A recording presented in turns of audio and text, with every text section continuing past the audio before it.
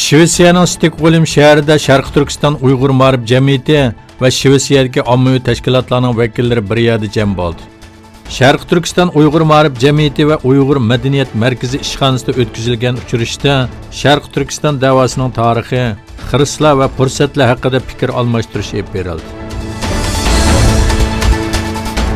Sharq Turkistonning Yarkan nahiyasida Kompartiya sekretari Wang Yongjanning yig'ilish lageridagi 7000 Uyg'urni qo'yib berganligi sababli qo'lga ilinganligi bildirildi.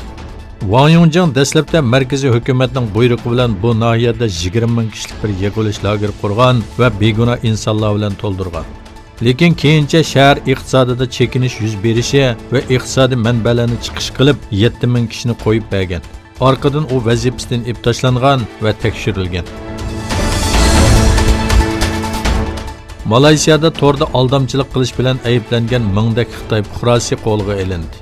Saqchi doirasi qarmog'idagi ko'chmanlar idorasining rasmiy ommaviy taratquv hisobida bildirishicha, Selangur o'lkasining Sibir Jaya shahrida mingdak Xitoy fuqarosi to'rda aldamchilik qilgan bir shayka qurganligi sababli qo'lga olingan. Amerika Kengash palatasi Hong Kongda namoyishchilar qilingan bekshi harakatlar sababli Xitoy hukumatining mas'uliyatini surishti qiladigan bir qonun loyihasini ma'qulladi. Cumhuriyetçi Kengash palata a'zosi Marko Rubio tarafidan sunilgan Hong Kong kishilik huquq va demokratiya qonun loyihasi har ikki partiyaning qo'llashiga erishib ma'qullandi. Hong Kongning alayda avtonomiylik o'rnini qo'llash maqsad qilgan bu loyihada Hong Kong bilan Amerika orasidagi alayda savdo munosabatini davomlashtirish va demokratik namoyishchilarga qilingan zo'ravonlikqa qarshi Xitoyga embargo yurgizish tavsiya qilingan.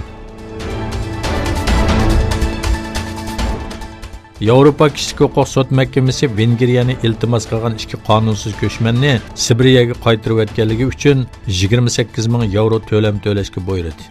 Yevropa kishilik huquq sud mahkamasi 2015-yili 15-sentyabr Vengriya Sibiriya chegarasidagi kechish rayonida panohlik tilash iltimos qilgan, lekin 3 haftadan keyin iltimosi Vengriya doiralari tomonidan rad qilinib, Sibiriyaga avatilgan 2 nafar bengallik shikoyat qilgan delo haqida sud hukmini e'lon qildi.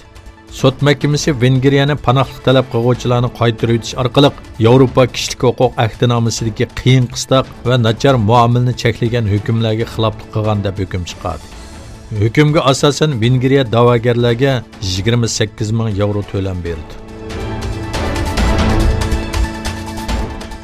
Amerika Pyongyang doiralari bilan yadro muzokaralarini yangidan boshlashga tirishayotgan bir xalqliq paytda Rossiya bilan Shimoliy Koreya strategik dialogini kuchlantirishni qaror qildi. Amerika bilan yadro suhbati olib borgan muhim kishilardan Shimoliy Koreya tashqi ishlar birinchi muavin ministri Cho Sun-hui Moskva ziyoratida yuqori darajalik amaldorlar bilan ko'rishdi.